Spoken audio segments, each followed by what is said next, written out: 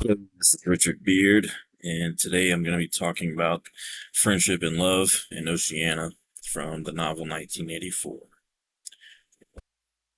In the novel 1984 by George Orwell, friendship and love are not simply just personal experiences, but also rebellious acts against the totalitarianism of the party. Using the relationships between Julia and Winston and his mother, as well as the Parsons family, the author illustrates how the party warps human emotional connections to maintain authority over society. These relationships throughout Oceania reveal that love is either manipulated, suppressed, or weaponized. This leaves individuals ultimately isolated emotionally and much easier to control and dominate. This quote from the novel gives us a glimpse of love and relationships in Oceania.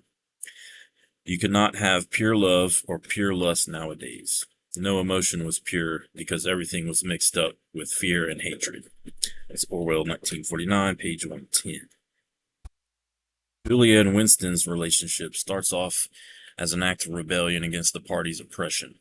The emotional and physical intimacy they share represents an abrupt reclamation of personal freedom and humanity.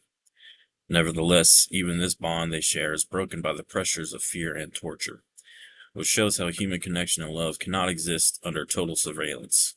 In Room 101, they betray each other, illustrating how the power of the party can eradicate even the deepest of human connections. The memories Winston has of his mother depict a drastic contrast of present-day Oceania. Winston recalls her sacrifice and love with an immense sense of guilt and loss. His memories represent a more natural and purer kind of love that the party had long since eliminated. The eradication of this kind of love reflects the party's victory in redefining normal emotional standards and erasing the history of the old emotional norms. Lastly, the Parson family illustrates the power of the party and the sense of how they can infiltrate even the most intimate of human connections, the bonds of a family. Children are taught to obey the party and spy on their parents, eventually betraying them. Familial bonds of trust are broken by indoctrination and fear. The blind loyalty of Mr. Parsons gets him arrested by his own daughter, highlighting the party's ability to replace sincere relationships with total loyalty to the state.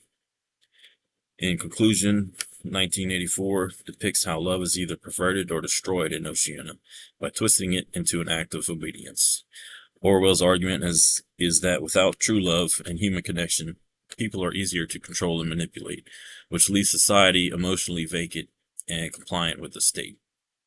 The novel bleakly warns that when a malicious regime controls how people connect and love one another, they will have succeeded in the most absolute form of domination. And thank you, and goodbye.